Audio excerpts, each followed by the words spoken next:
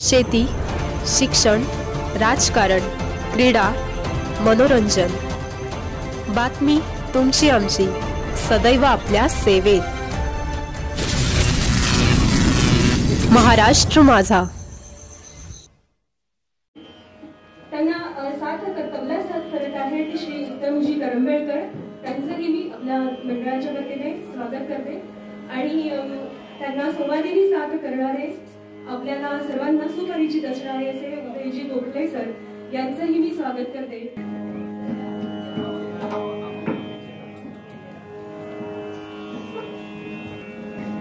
श्रोते ऐका, आज तुम्हाला कथा सांगते जशी हवी.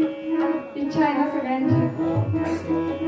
श्रोते ऐका, आज तुम्हाला कथा सांगते जशी हवी. किती वेळा जरी ऐकली तरी वाटते नित्य नवी.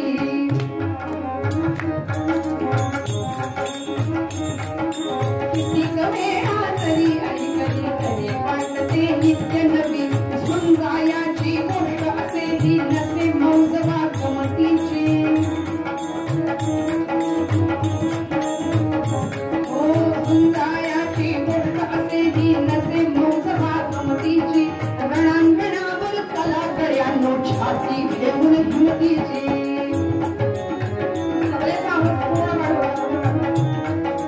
रणांगणावर चला गड्यांनो छाती घेऊन किमतीची.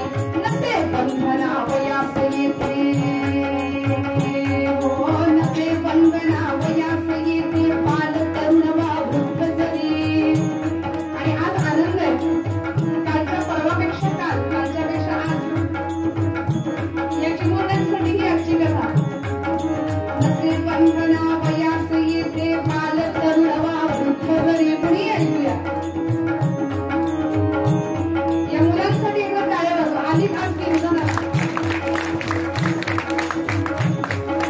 नसे बंधना वयास येते, बाल तरुण वा वृद्ध जरी. राष्ट्ररक्षणा गरज असे हो वीरश्रीची खरी खुरी. राष्ट्ररक्षणा गरज असे हो वीरश्रीची खरी खुरी. अबला झाली सबला तेव्हा भारतीय इतिहास घडे. अबला झाली सबला तेव्हा भारतीय इतिहास घडे. झाशी राणी लक्ष्मीबाई शत्रूवरती तुटून पडे. झाशी राणी लक्ष्मीबाई शत्रूवरती तुटून पडे. झाशी राणी लक्ष्मीबाई शत्रूवरती तुटून पडे. 16व्या शतकापर्यंत मागे जावं लागेल. इंग्रजांनी आपले पाय भारतामध्ये रोवायला 16व्या शतकापासून सुरुवात केली होती. मुंबई, मद्रास, कलकत्ता आणि सुरत या 4 शहरांमध्ये वखारी स्थापन केल्या. यांच्यावर नियंत्रण ठेवण्यासाठी ईस्ट इंडिया कंपनीची स्थापना झाली. लॉर्ड डलहौसी नावाचा एक इंग्रजी अधिकारी भारतामध्ये ऑक्टोपस सारखे आपले पंजे पसरत होता. इंग्रजी राज्यविस्तार करण्यासाठी भारतातली अनेक संस्थानं खालसा करण्याचं धोरण त्यांना सुरू केलं होतं. परिणामी आमच्या भारतवासियांचा राष्ट्राभिमान स्वतःच्या टाचेखाली तुडवला गेला. आमची संस्कृती, आमचा देश, आमचा धर्म, आमचं अध्यात्म या कशाचाच आम्हाला अभिमान राहिला नाही. आणि परिणामी परक्यांची संस्कृती गावी निंदावे वंद्य ऋषींना. आचार उचलून त्यांचे हासावे आचार्यांना. देव्हारे मांडून त्यांचे हिणवावे देव्हाऱ्यांना. डबक्यातील मंडूक जैसे दुरडुरती कटू आवेशे. बोलाव्या तैशा वाता एक काळ ऐसा होता.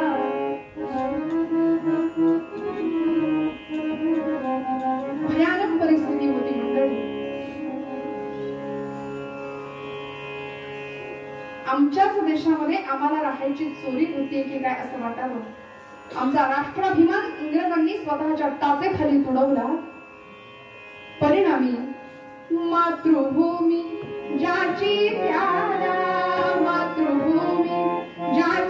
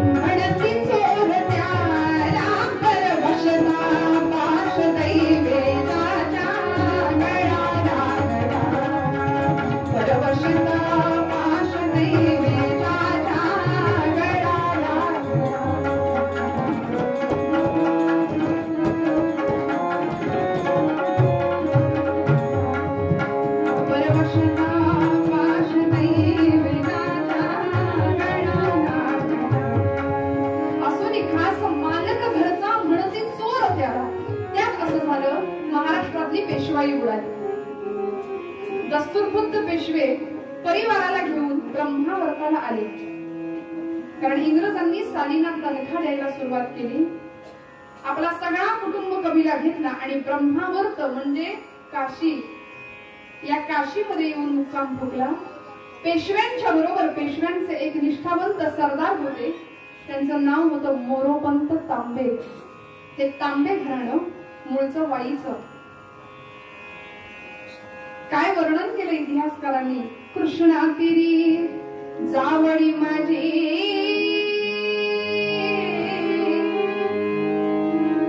सातारा जिल्ह्यामधलं वाई घराणं म्हणून मला व्यक्तिगत जास्त अभिमान आहे, कारण माझं माहेर तिकडच आहे. कृष्णा तीरी जावळी माझी,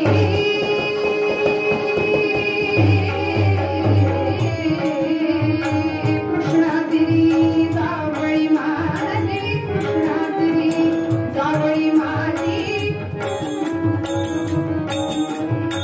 वाई क्षेत्र महान, वाई क्षेत्र महान. तांब्यांचा कुलवंश तेथना, तांब्यांचा कुलवंश तेथना. धन्य जगी हो धन्य.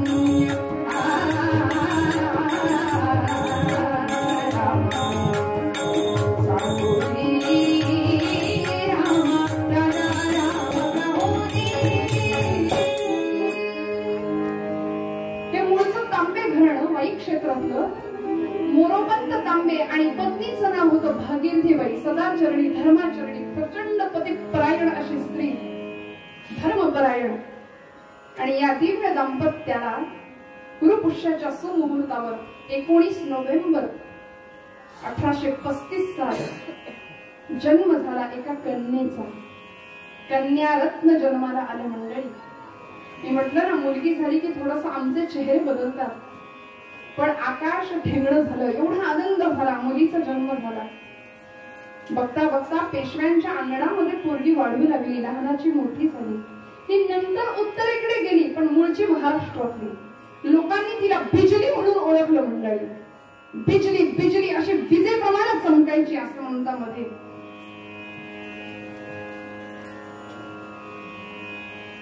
आणि ज्यावेळी जन्म झाला, लहानाची मोठी होऊ लागली. बघता बघता बघता 3 वर्षाची झाली. तासाभरात चरित्र सांगायचं म्हणजे पळवायचं, थोडस जास्त नाही. 3 वर्षाची झाली. आणि मंडळी, 3ऱ्या वर्षी चरित्रच असं आहे.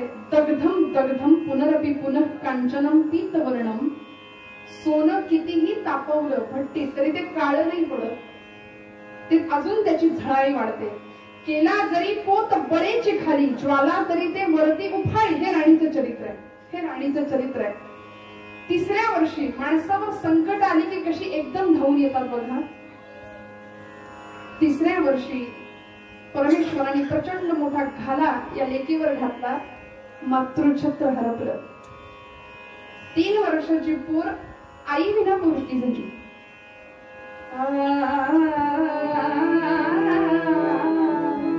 3 वर्षाची पोरगी आई निघून गेली. वडिलांना आता दोन्ही कामं करायची होती. पेशव्यांच्या दरबारामध्ये सुद्धा काम करायचं होतं. घरामध्ये आईची कमी जाणव न देता तिचा मातृछत्रही तिला पुन्हा एकदा अर्पण करायचं होतं. दोन्ही भूमिका निभावणारे मोरोपंत. 3 वर्षाच्या या कन्येची आई निघून गेली आणि 3ऱ्या वर्षीच बरंच वयाचं मोठेपण आलं. बाबा कचेरीत जाताना दिसले की बाबांना सांगावं, बाबा मी पण तुमच्या बरोबर येणार. 3ऱ्या वर्षाची ही मनू कचेरीत जायला लागली.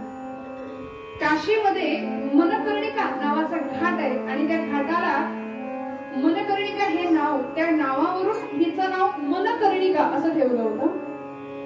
लाडानं मनू म्हणायचे.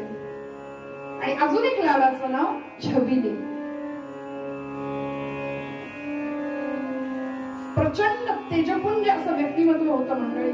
3ऱ्या वर्षी वडिलांच्या बरोबर दरबारात जायला लागली आणि कधीतरी वडिलांना विचारायची, बाबा बाबा आई कुठे आहे हो? मंडळी, पितृसुख मातृसुख मला सांगा ना, वडील आणि आई म्हणून मी काल एक वाक्य बोलले की आपण असताना आई वडिलांच्या डोळ्यात अश्रू जर आपल्यामुळे येणार असतील ना तर आपलं परमार्थ शून्य आहे, आपलं जगणं शून्य आहे, आपलं जगणं व्यर्थ आहे. इथे बसलेल्या माता भगिनींपैकी मला कोणी सांगा की कन्यादान करताना धसधसा रडलेला आपला पिता आपण मरेपर्यंत विसरू नको. कन्यादान करताना धसधसा रडलेली आपली आई आपण आहे तोपर्यंत आपण मरेपर्यंत विसरणार नाही. तिसऱ्या वर्षी आई निघून जाते म्हणजे काय असेल. मनू म्हणायचे लाडाने, आई विचारावं बाबांना, बाबा माझी आई खूप आहे. मोरोपंतांनी सांगावं, मनू आपली आई ना देवाघरी गेली बाळा. 4-5 वर्षाची झाली, दारापुढे रांगोळी काढावी, घर स्वच्छ करावं. बाबा मी तुम्हाला जेवण करून वाढेन, बरं मी तुम्हाला जेवण करून वाढेन. 5व्या वर्षीचे बोबडे बोल घरात घुमत होते. मोरोपंतांना काय करू काय नको व्हायचं या लेकीसाठी. दरबारामध्ये जायला लागली आणि हळूहळू दरबारी रीतिरिवाजात वाकबगार व्हायला लागली मंडळी. पेशव्यांची मुलं नानासाहेब, रावसाहेब यांच्या बरोबर शास्त्राचं आणि शस्त्राचं शिक्षण घ्यायला लागली. पूर्वीचा काळ असा होता की त्या काळचं शिक्षण ते विलक्षण होतं, वेगळं होतं. म्हणून तो इतिहास आम्ही गातो. इतिहास घडवला वेड्यांनी आणि शहाणी माणसं त्यांचे पोवाडे गात बसले. वेळ लागतो इतिहास घडवायला. काय खेळ होते पूर्वीचे. कविवरी तिवारी वर्णन करतात. जमवुनी मांड घोड्याला भरधाव कसा फेकावा, जमवुनी मांड घोड्याला भरधाव कसा फेकावा, हाताने घेऊन भाला हिमखंड कसा छेदावा, जाताना निरखडकाने रिपपंड कसा कापावा.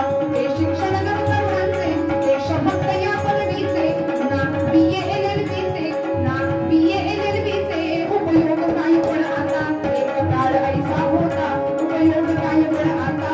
एक काळ ऐसा होता. आता candy crush, temple run, PUBG, angry bird याच्यामध्ये आमची पोरं तास बसतात. वेळ कसा निघून जातो ते कळत नाही. आणि मग 10वी झाली ना की पालकांसह सगळ्यांनी डोक्याला हात लावून बसायचं. आता पुढे काय ध्येयच निश्चित नाही. 14व्या वर्षी सावरकरांचं ध्येय निश्चित झालं होतं म्हणून देवी समोर प्रार्थना प्रतिज्ञा केली होती. तिथे 5व्या वर्षी 8व्या वर्षी राणीचं मनूचं ध्येय निश्चित झालं होतं. म्हणून दरबारी रीतिरिवाजात सुद्धा वाकबगार झाली आणि लेखन वाचन करायला लागली. शस्त्राचं आणि शास्त्राचं दोनही प्रकारचं शिक्षण घ्यायला लागली. शस्त्राचं शिक्षण देणारे गुरुजी मिळाले होते. तात्या गुरु, तात्या टोपे या सगळ्यांना शिकवणारे तात्या टोपे. 5व्या 8व्या 10व्या वर्षापर्यंत विलक्षण हौस होती. अशी कमरेला तलवार अडकवायची, सगळीकडे फिरायची. अभिरुची माणसाचं अभिव्यक्ती घडवते. आताच्या अभिरुचीच बदलल्यात. हातात मोबाईल नाही दिला तर असा संताप होतो पोरांचा. घराघरातला हो, याला मीही अपवाद नाही. म्हणजे मी कीर्तन करते म्हणून फार काही असं नाहीये. घराघरातला आहे, घराघरातला आहे. हातामध्ये मोबाईल नाही दिला तर आमची तरुण पोरं टिकली लाव कपाळाला म्हटलं तर पोरीला राग येतोय. हातात एखादी बांगडी घाल गं बाई म्हटलं तर राग येतोय. जुन्या मंडळींना माहिती आपल्याकडे रफू हा एक प्रकार होता. रफू कारण कपडे जर फाटले तर लाज वाटणं हे लक्षण होतं त्यामागे. म्हणजे लाज वाटायची, फाटके कपडे घालायची. आता तेच प्रतिष्ठेचं लक्षण होऊन बसले. चुकले का काही माझं? नाही ना. म्हणजे आमचे गुरुजी फार सुंदर म्हणतात की असं जर कपडे बघितले ना, ती जीन्स जर अशी बघितली तर या घरात माणसांपेक्षा उंदरं जास्त आहेत की काय असा प्रश्न पडावा. ती जीन्स अंगावर.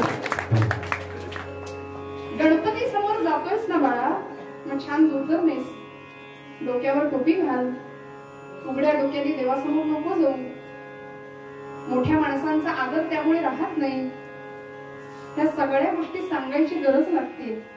मंडळी आज परिस्थिती इतकी भीषण विलक्षण आहे समाजातली. 16 वर्षाची तरुण पोर जर बाहेर गेली ना तर आई वडिलांच्या डोळ्याला डोळा नाही लागत घरी येईपर्यंत.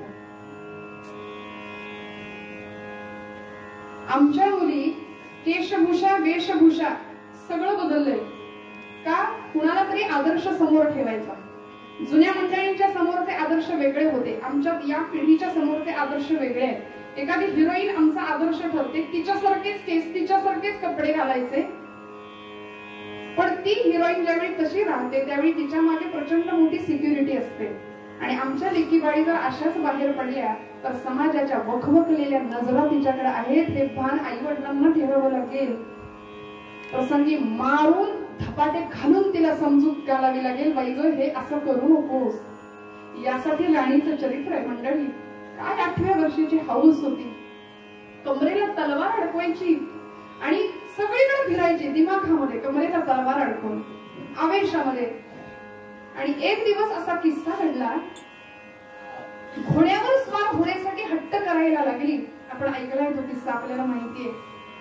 बऱ्याच जणांनी युट्यूबवरचं कीर्तन माझं मला वाटतं झाशीची राणी थोडंफार ऐकलेलं आहे.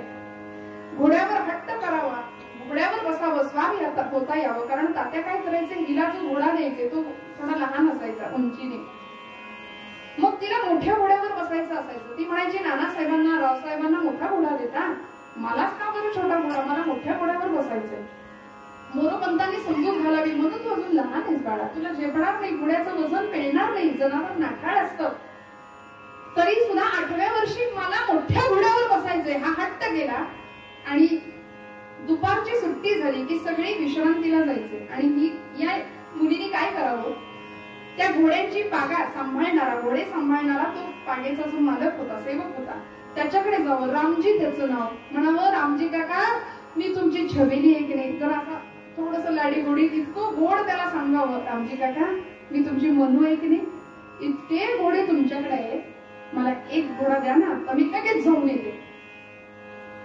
रामजी काकांनी कपाळावर हात मारावा. अगं मनू, अगं बेडी बेडी झालीस की काय, अगं तुझं वय काय, एवढा मोठा घोडा मागतेस, घोडं नाठाळ आहे, तुला पेलणार नाही त्याचं वजन. पण 8 वर्षाच्या पोरीने सांगावं, रामजी काका माझी एवढी हौस पुरवा नाव, काय करशील घोडा घेऊन, मी काय करेन, जर देशील घोडा मी काय करेन सांगू, जर देशील घोडा बघ मारीन बेढा. बघ असतो काय करते मी, जर देशील घोडा बघ मारीन बेढा, जर देशील घोडा बघ मारीन बेढा. कडकडार उडवीन टापा टापा टापा, कडकडार उडवीन टापा टापा टापा. पुरविता हौस माझी, हौस माझी, हौस माझी, पुरविता हौस माझी, हौस माझी, हौस माझी.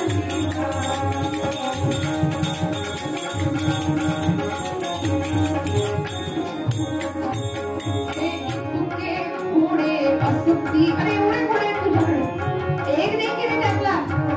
हे इतके घोडे असती, अधिकार की तुमच्या हाती, तुमच्या हाती. आणि मला हौस आहे ती, नाही म्हणू नको मला चिडवू नको, नाही म्हणू नको मला चिडवू नको.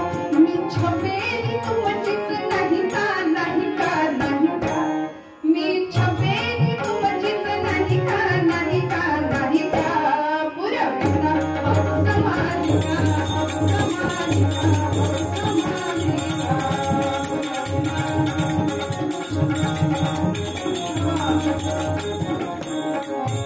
ते दूर दिसते डोंगर,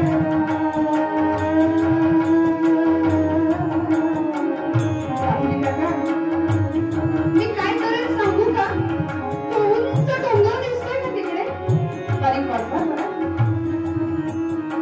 तो उंच डोंगर दिसतो ना, त्या डोंगराच्या मागे भलं मोठं आकाश आहे, निळं निळं आभाळ पसरलंय ना. मी त्या डोंगरावर पर्यंत घोडा घेऊन जाईल, त्या डोंगराच्या मागे पसरलेलं आभाळ बघेन. आणि रामजी काका मी काय करेन माहितीये, माझे बाबा मला सांगतात की त्या आभाळामध्ये माझी आई राहते. त्या आभाळामध्ये माझी आई राहते, मी जाईन फक्त तिला बघेन एकदा आणि लगेच माघारी फिरेन, मी थांबणार नाही तिथे.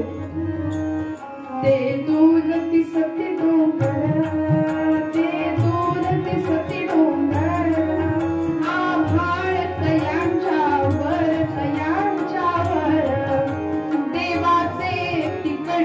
घर, देवाचे तिकडे घर, तिथे भेटेल आई मी थांबायचे नाही, तिथे भेटेल आई मी थांबायचे नाही, नुसतं पाहू दे ते बरका बरका बरका.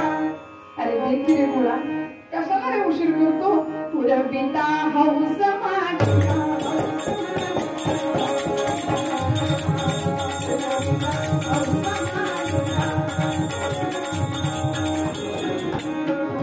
आणि रामजी काका हो हो हो म्हणतोय तोपर्यंत घेतली घोड्यावर मान आणि बऱ्याचशी स्पर्धा करत बेफाम वेगाने घोडा दौडत दौडत दौडत दौडत गेली निघून. म्हणते हे 8व्या वर्षी घडत होतं बरं का.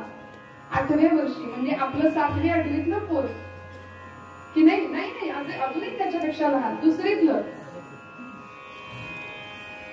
हे 8व्या वर्षी घडत होतं. वयाच्या 10व्या वर्षी असा एखादा विलक्षण पराक्रम घडावा काशीमध्ये. दरबारातनं बरीचशी मंडळी बाहेर आली आणि भालदार, चोपदार, स्वार, शिबंदी, हत्ती, घोडे एकाच वेळी सगळे मिरवणूक चालली होती दसऱ्याची. आणि त्या मिरवणुकीमध्ये एका सरदारांचा एक हत्ती बिथरला, चिडला, चित्कारला आणि समोर येईल त्याला तुडवत तुडवत थैमान घालत नाचू लागला. समोर आक्रोश, किंकाळ्या आणि रक्ताचा चिखल झाला. मुडद्यांचे ढीकच्या ढीक पडायला सुरुवात झाली मंडळी. आणि अशा वेळी वडिलांच्या हाताला धरलेली ही 10 वर्षाची कन्यका हात सोडला. मोरोपंत म्हणतात मधू मधू थांब, कुठे चाललीस. पण धावत धावत, बिजली म्हणायचे ना तिला, धावत धावत गेली आणि युद्धशास्त्रातले काही नियम किंवा काही गोष्टी तिला ज्ञात होत्या. एका झाडावर सर सर सर सर चढली, तिथून हत्तीच्या अंगावर झेप घेतली आणि गोचिड जशी चिकटून बसावी ना तशी हत्तीला चिकटली. हत्तीचे एवढे मोठे कान, तो पिसाळलेला हत्ती, त्याला माहुतांना काबूत आणणं शक्य नव्हतं. पण ही 10 वर्षाची कन्यका, हत्तीचे कान त्याच्या डोळ्यावर असे झाकले. युद्धशास्त्रातल्या या काही गोष्टी शिकली होती.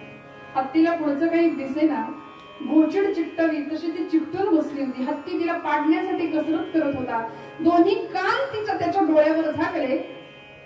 त्याला दिसेना काही, जागच्या जागी थांबला. तेवढ्यात माहूत आले, सर्व स्वार शिबंदी घेऊन लोक आले आणि अशा वेळी हत्तीला कैद केलं मंडळी, साखळ दंडांनी जखडलं. पण त्या प्रसंगामध्ये एक विलक्षण गोष्ट घडली की ती ज्यावेळी हत्तीवर बसली होती ना त्यावेळी एका पुरोहितांनी तिच्या पायाच्या खुणा बघितल्या. दीक्षित शास्त्री असं त्यांचं नाव होतं. त्यांनी तिच्या पायाच्या खुणा बघितल्या आणि आपल्याकडे ज्योतिषशास्त्रामध्ये जसं हस्तरेषांवरून भविष्य सांगतात तसं पायाची शुभचिन्ह, पायांवरच्या त्या रेषा पाहिल्या आणि त्यांना तिचं भाग्य कळालं. मोरोपंतांची ताबडतोब भेट घेतली आणि सांगितलं, मोरोपंत या तुमच्या कन्येचं लग्न दुसरीकडे कुठेच करू नका, मी तिला स्थळ आणतो. राजयोग आहे नशिबामध्ये, राजलक्ष्मी होण्याची चिन्ह हिच्या पावलामध्ये आहेत, मी हिच्यासाठी स्थळ आणतो. आणि त्या दीक्षित शास्त्रींनी झाशीचं स्थळ आणलं. झाशी संस्थानचे संस्थानिक गंगाधरपंत नेवाळकर, वय वर्ष 40 आणि हिचं वय 10 ते 12 वर्षाचं होतं. मुलगी लग्नाची झाली की मोरोपंतांची आर्य आहे, उपपर कन्या होता पितयाच्या काळचा तरते. मी खरं सांगू का मंडळी, इकडच्या वर्गासाठी मुलगी आणि वडील हे जे नातं आहे ना, म्हणून मी म्हटलं की लग्नाच्या मंडपामध्ये कन्यादान करताना धसधसा घडलेला बाप कुठलीच मुलगी मरेपर्यंत विसरत नाही, मरेपर्यंत विसरत नाही. ते नातंच असं विलक्षण आहे, ते समर्पणाचं आहे. तिथे देवाण घेवाण नाही, फक्त त्याग, फक्त समर्पण आहे. मुलगी म्हटलं की मुलगा म्हटलं की थोडस देवाण घेवाण आली, पण मुलगी म्हणजे फक्त पित्याच्या मर्मबंधातली ठेव असते पोरगी म्हणजे. मग खूप भाग्य लागतं मुलगी असायला. आणि आमच्याकडे मुलगी वाचवायची अभियान करावी लागतात, ह्याच्यासारखा दुर्दैवपणाचा कळस नाहीये मंडळी. मी कालही बोलले ना की गर्भातल्या मुली आणि गोठ्यातल्या गायी जर वाचतील कारण तर देशाला उत्तम आई आणि उत्तम गाय मिळेल. आणि असं जर झालं तर कृष्ण परमात्मा पुन्हा आल्याशिवाय राहणार नाही. मोरोपंतांना खूप काळजी वाटायची या पोरीची. उपवर कन्या होता हितयाच्या काळजास कातरते, कातर सासर सागर जाय कशी पार हेची कातरते. म्हणाले काळजीची कात्री लागते पित्याच्या काळजाला कन्या लग्नाची झाली की. आणि पूर्वीच्या काळी 8 वर्षात भवेल कन्या, 8 वर्षाची मुलगी कन्या आणि उपवर कन्या होता ती उपवर व्हायची. आता 8 दुने 8 त्रिक 8 चौक सुद्धा. त्यामुळे हा विषय आत्ताचा नाही, जुना आहे. मग म्हणाले का तर सासर सागर जाय कशी पार हेची का तरते. म्हणाले जो सासर रूपी सागर आहे आणि त्या सागरामध्ये जे असंख्य प्रकारचे प्राणी असतात. काय प्राणी म्हटले बघ, ऐकताय ना, जागे आहेत ना सगळे. प्राणी नाही, प्राण्यासारखं कधी कधी वर्तन करणारी मंडळी असतात. मग त्या सगळ्यांमध्ये जाय कशी पार हेची का तरते. कसा हिचा निभाव लागेल ही पित्याला काळजी असते. मोरोपंतांना काळजी होती. पण स्थळ आलं होतं. गंगाधरपंत नेवाळकर झाशीचे संस्थानिक, वय वर्ष 40. मनूनी या लग्नाला होकार दिला होता मंडळी 10व्या वर्षी. नाना चिडले होते. नानासाहेब मनूपेक्षा वडील बंधू होते, मानलेली बहीण होती. तक्रार केली मनूकडे. मनू वेडी आहेस का, लग्नाला हो काय म्हणून बसलीस. अगं तुझ्यापेक्षा दुपटीने तिपटीने मोठा असलेला हा तुझा पती म्हणणार तू त्याला, तू लग्नाला होकार कसं देतेस, केवढा मोठा नवरा असेल तुझा.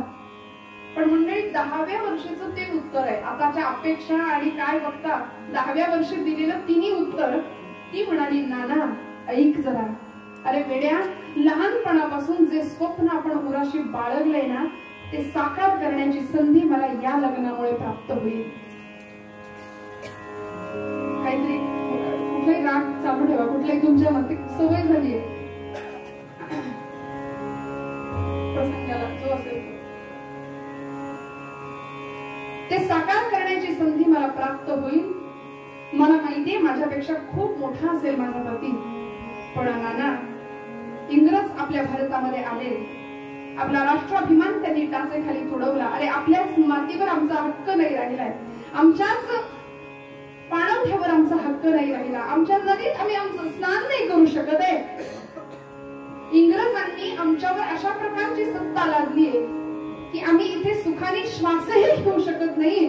आणि हे सगळं जर बदलायचं असेल, इंग्रजांच्या सत्तेला जर आव्हान द्यायचं असेल ना नाना, तर मला हा विवाह करावा लागेल. कारण आज आपल्याकडे शस्त्र साठा, सैन्य साठा, हत्ती, घोडे, तोफखाने काहीच नाहीये. कशाच्या बळावर त्यांना आव्हान करायचं. हे सगळं जर हवं असेल तर मला हे लग्न करावं लागेल. 10व्या वर्षी कळत होतो. लग्नाला होकार दिला. आणि मंडळी आता काशीतून झाशीत येऊया. झाशीच्या मुख्य राजा रस्त्यावर आपण उभे आहोत. तसा काशी आणि झाशीत फारसा फरक नाही. एक हिंदुस्थानी कवी म्हणतो, सब वसुधा नवखंड बसी है, 10वां खंड है काशी, भारत में बुंदेलखंड है जिसमें मशहूर झांसी, ऊंची माड़िया महल सुनहरे शंख बज रहा काशी में, संग्राम शूर लक्ष्मी रानी की नौबत बज रही झांसी में, अन्नपूर्णा फिरे काशी में, परिपूर्णा झांसी में फिरे, उमा काशी में, रमा झांसी में, हरदम जिनकी द्वाही फिरे. मोरोपंतांची ही लाडकी मनू गंगाधरपंत नेवाळकरांची लाडकी राणी झाली, धर्मपत्नी झाली. लक्ष्मी तिचं नाव ठेवलं. आधीचं नाव मनकर्णिका, लग्नानंतर लक्ष्मी. आणि लक्ष्मीच्या पावलांनी आली. झाशीमध्ये मिरवणूक चालली होती, दिवाळी साजरी झाली होती मंडळी. त्या मिरवणुकीमध्ये हत्ती, घोडे, फलदार, चोपदार रथ, आतषबाजी होतीये, नगारे, चौघडे, ढोल वाजतायत. आणि अशा वेळी त्या हत्तीवर एक अंबारी होती. त्या अंबारीमध्ये कोण ही महालक्ष्मी बसलीये असं कुणीतरी म्हणावं. कोणीतरी म्हणावं, अरे ही महालक्ष्मी, ही तर मोरोपंतांची मनू. छे, आता मनू नाही, आता लक्ष्मी तिचं नाव आहे. लक्ष्मी तिचं नाव आहे. मोरोपंतांची मनू नेवाळकरांची धर्मपत्नी झाली, झाशीची राणी झाली. पण राणी होऊन ते राणीपद मिरवायचं हे मनातही नव्हतं. सिंहासनाचा हव्यास नव्हता, सत्तेचा हव्यास नव्हता. राणीपद स्वीकारलं. झाशीमध्ये आनंदाला उधाण आलं होतं मंडळी. आणि बघता बघता प्रपंच बहरू लागला. दिवसामागून दिवस गेले. आणि प्रपंच वेलीला सुंदर असं फूल जन्माला आलं. बराच काळ पुढे लोटला. गंगाधर पंत नेवाळकर आणि राणी लक्ष्मीबाई यांना पुत्रलाभ झाला. झाशीमध्ये दिवाळी साजरी केली गेली.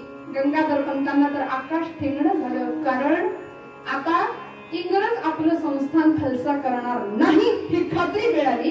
कारण इंग्रजांचं धोरण होतं, ज्या संस्थानला वारस नाहीये ते संस्थान खालसा करायचं, ते संस्थान विलीन करायचं.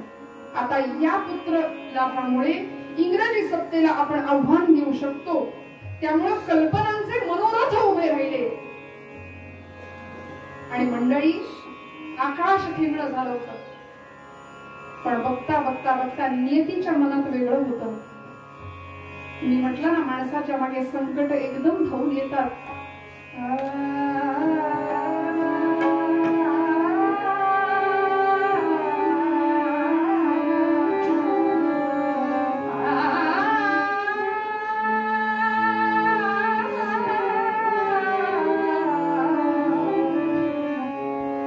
राणीला पुत्रलाभ झाला होता. 3 महिन्याचं बाळ फक्त झालं आणि 3ऱ्या महिन्यात नियतीनं झडप घातली त्या कोवळ्या बालाखण्यावरती. अनंतात विलीन झालेल्या त्या चिमण्या पाखराचे आक्रंदन करताना शेकडो पापे घेत होती. आपलं राणीपद विसरून धाय मोकळून रडत होती. गंगाधर पंतांना तर काय करू असं झालं. दुःखाचा महासागर उसळला हृदयामध्ये. बाळ काळानी ओढून आनेला, बाळ काळानी ओढून आनेला, बाळ काळानी ओढून आनेला.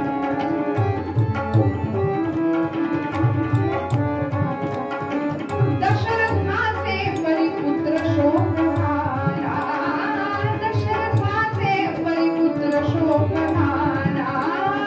विकल झाला आक्रमी मृत्यू पंथा, विकल झाला आक्रमी मृत्यू पंथा.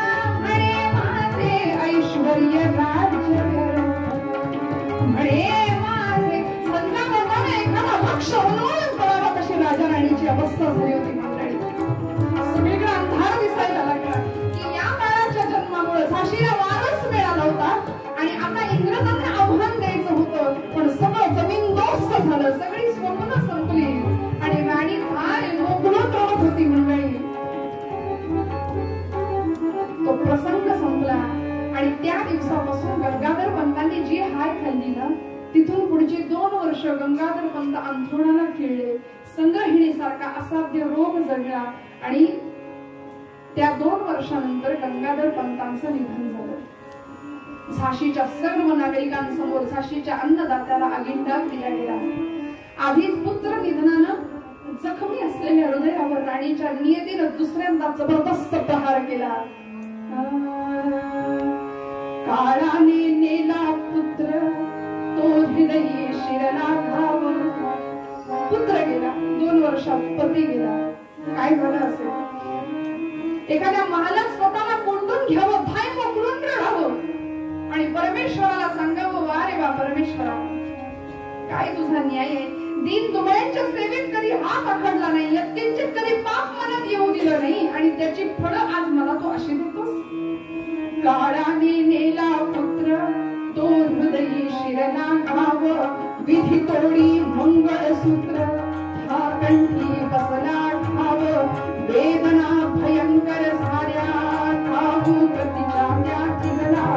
वर्णविती कोणाला आवडते माझी झाशी, ना वर्णविती कोणाला ठाऊ प्रतिच्या त्या तिजला.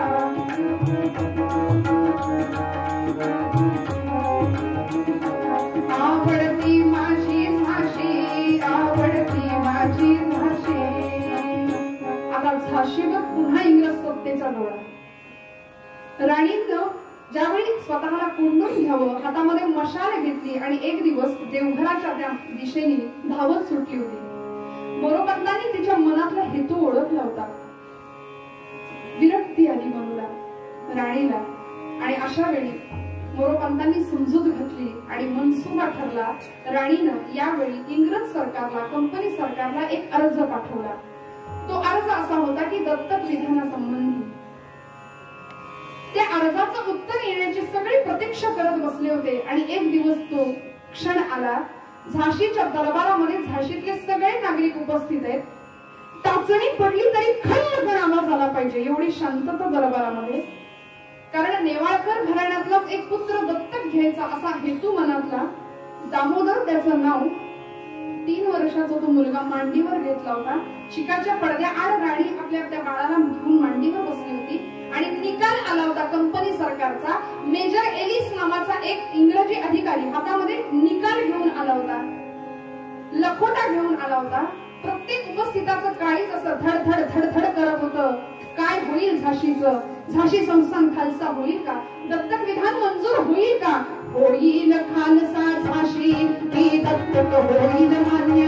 होईल खालसा झाशी ही दत्तक होईल मान्य. आशा व भव्य निराशा प्रश्न माझे ऐका या निर्णय आले पुरवासी सामान्य. एलिस मोहम्मद आला दरबाराच्या आणि लखोटा उघडला. राणीचे प्रधान सचिव रामचंद्रराव त्यांचं नाव. त्यांच्या हातामध्ये लखोटा दिला. रामचंद्ररावांनी लखोट्यातला मजकूर वाचला. मंडळी, प्रत्येकाचं काळीच असं धडधड करत होतं. काय असेल? कंपनी सरकारचा निकाल. आणि लखोट्याचा मजकूर आणि मजकुराचा आशय एकच होता. दत्तक विधान नामंजूर आणि झाशी संस्थान खालसा. खालसा झाली झाशी सोंबले शब्द राणीची. बोलली व्यक्तिरेंताशी देणार नाही कोणाशी. आवडती माझी झाशी देणार नाही कोणाशी. राणीने कळावं काय म्हणते? ताळमन उठली. दामोदराला बाजूला ठेवलं. तलवारीनं चिकाचा पडदा ताडोशी फाडला आणि एका झेपेत तिथून मेजर एलिसला घातलं. तलवारीचं एक टोक त्याच्या नरडीला लावलं आणि सांगितलं, मेरी झाशी नाही लूंगी. मी माझी झाशी देणार नाही. झाशी सोंबले शब्द राणीची. बोलली व्यक्तिरेंताशी देणार नाही कोणाशी. आवडते माझी झाशी. या झाशीसाठी आम्ही स्वर्गाचे पाणी प्यालो. स्वातंत्र्य रक्षणासाठी रक्ताने बलिदान झालो. स्वर्गाच्या दारावरती यत्किर्ती लिहाया झालो. मी विधवा अबला ऐसे. अरे मी विधवा म्हणून मला अबला समजतोस? पण लक्षात ठेव, मी विधवा अबला ऐसी. अन्याय कठू कवणासी. अन्याय कठू कवणासी. असहाय पाहुनी मजसी. अन्याय असा का करता झाशीवर माझी सत्ता. अन्याय असा का करता झाशीवर माझी सत्ता. मैं मेरी झाशी नाही लूंगी. मी माझी झाशी देणार नाही. राणीची ही आरोळी एखाद्या वाघिणीने फोडलेल्या डरकाळी प्रमाणे होती. इंग्रज सरकार हादरलं. ही कोण? आणि याच वेळी भारतीय स्वातंत्र्य संग्रामाचे वारे सगळ्या भारतभर पसरले होते. मंडळी, 1857 साल क्रांतिकारकांनी उठाव केला होता. मीरतच्या छावणीमध्ये भारतीय स्वातंत्र्य संग्रामाचं पहिलं रणशिंग फुंकलं गेलं होतं. पहिला हुतात्मा ठरला होता मंगल पांडे. काडतुसांचं प्रकरण गाजलं होतं. गायीचं रक्त आणि डुकराची चरबी लावलेली काडतुसं हिंदू आणि मुस्लिम शिपायांना तोंडाने काढायला लावली जात होती. त्यामुळे हिंदूही भडकले आणि मुसलमानही भडकले. परिणामी ठिणगी पडली आणि हे युद्ध भडकलं. राणीनंही या रणसंग्रामात उडी घेण्याचं ठरवलं. आणि काय पोशाख करावा? पुरुषी वेश आहे बरं. इतिहास आम्हाला सांगतो कसा होता पोशाख राणीचा. पायी चोळणा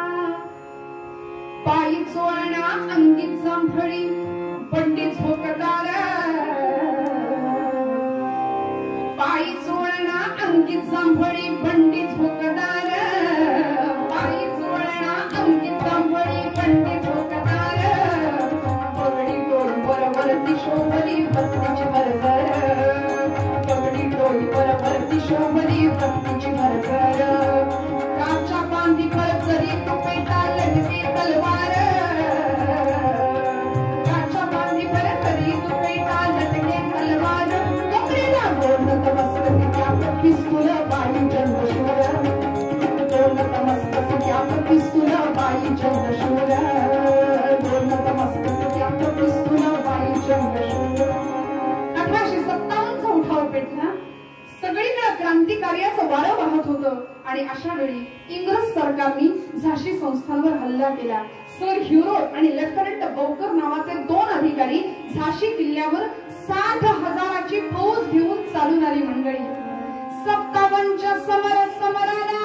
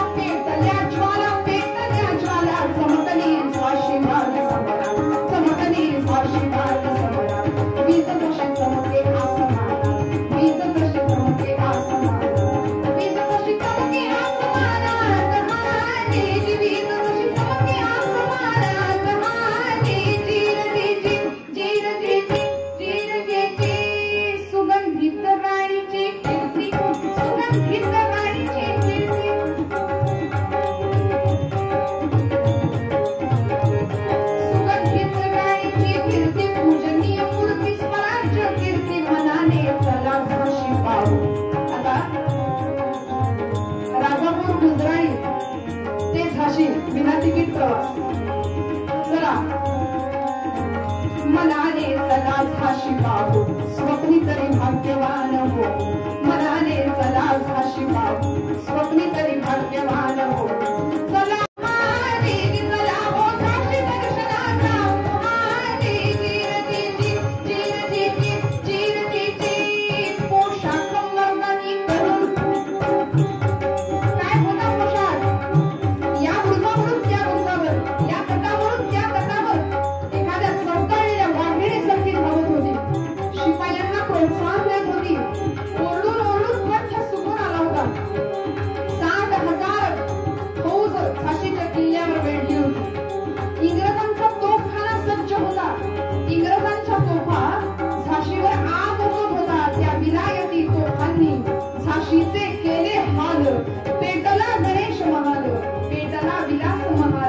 ऐश्वर्य आणि सुंदरता गेलीच कुठे तदभार.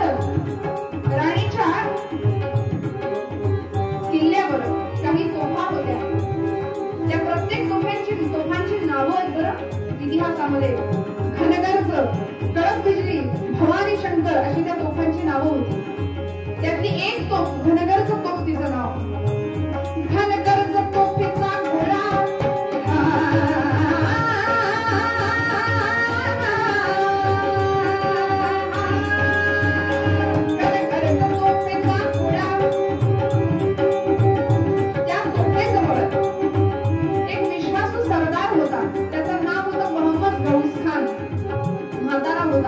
मुस्लिम सरदार होता. मंडळी म्हणून आम्हाला वाद घालायची गरजच नाही.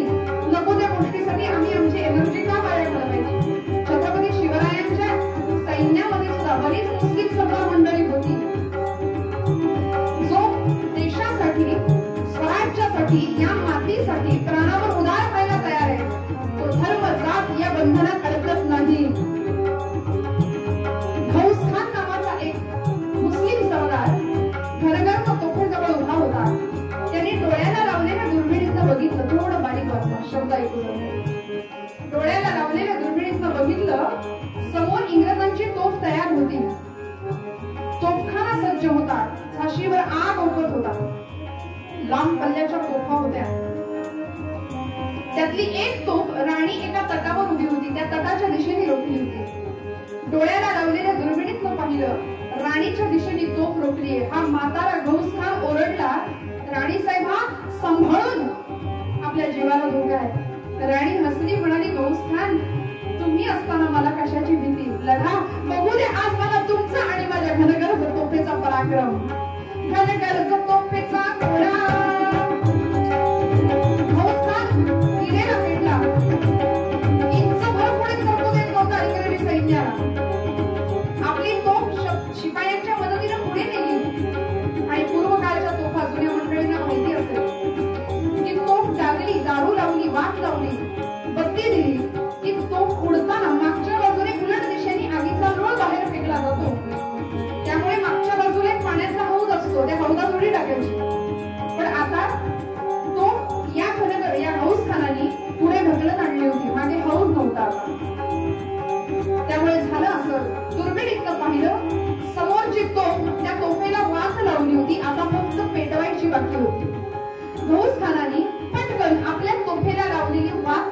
कापली की जेणेकरून त्या तोफेच्या आधी आपली तोफ उडाली पाहिजे आणि तोफेला काडी वाटीला काडी लावणार एवढ्यात राणी ओरडली, फौज खान सांभाळून तो बुरुज पडायला झालाय. पण मंडळी धाड आवाज झाला आणि थांबायला वेळ नव्हता. घनगर्ज तोफेचा गोळा थांबायला वेळ नव्हता. तोफेचा गोळा बाहेर पडला गेला आणि मागच्या बाजूला जो आगीचा लोळ बाहेर फेकला गेला. त्या धडाक्याने फौज खान जो उडाला तो थेट रक्तबंबाळ देखील छिन्न विछिन्न होऊन राणी ज्या तटावर उभी होती तिथे जाऊन मस्तक पडलं. राणीने आपल्या मांडीवर मस्तक घेतलं. फौज खान तुला जाता येणार नाही. नाही राणी साहेबा, अब मेरा रुकना नामुमकिन है, खुदा हाफिज म्हणून सलाम ठोकला. समोर बघितलं इंग्रजांचा तोफखाना उद्ध्वस्त झाला होता.